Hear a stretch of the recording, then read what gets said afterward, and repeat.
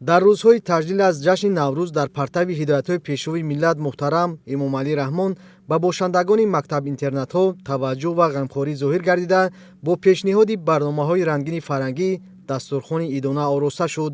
хонандагону парасторони муассисаи давлатии мактаб-интернат барои кӯдакони ятим ва бепарастори мақомоти иҷроияи ҳокимияти давлатии вилояти Суғд Наврӯзи оламафрӯзро бо шукӯҳи хоса таҷлил намуданд.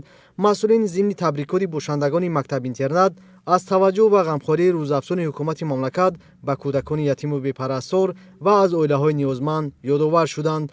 қобили зикр аст, ки ҳоло дар ин муассиса беш аз 120 нафар ба таълиму тарбия фаро гирифта шуда, омӯзгорону мураббиён ва дигар кормандон бо эҳсоси масъулият фаъолият доранд.